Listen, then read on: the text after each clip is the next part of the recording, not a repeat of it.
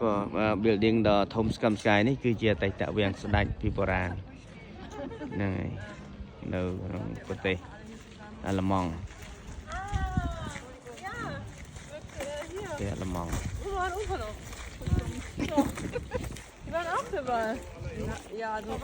មើលពីមុខថ្ងៃនេះមេឃអាកាសធាតុត្រជាក់ប៉ុន្តែមេឃបែកថ្ងៃ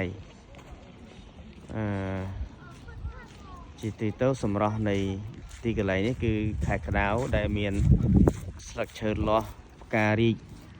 ណាដែលមានផ្ការីកស្លឹកឈើលាស់នៅខាងមុខនៃវាំងចាស់នេះជាមានទីធ្លាខេត្តនេះវាជ្រុះស្លឹកអស់ដោយសារអាកាសធាតុវាត្រជាក់ហើយអាងនេះអាងមូលនេះគឺមានខេត្តក្តៅមានគេដាក់ទឹកបាញ់ណាគេដាក់ទឹកបាញ់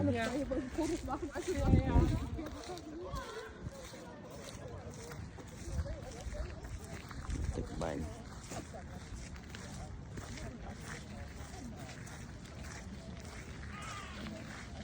ទឹកនៅក្នុងអាងមូលហើយដើមឈើជាជួរគេកាត់តម្រឹមស្មើគ្នាតាមលំដាប់ហើយដល់ពេលខែស្លឹកឈើលាស់ទៅវាស្អាតចេញត្រួយចេញពណ៌ឲ្យឡើងស្អាត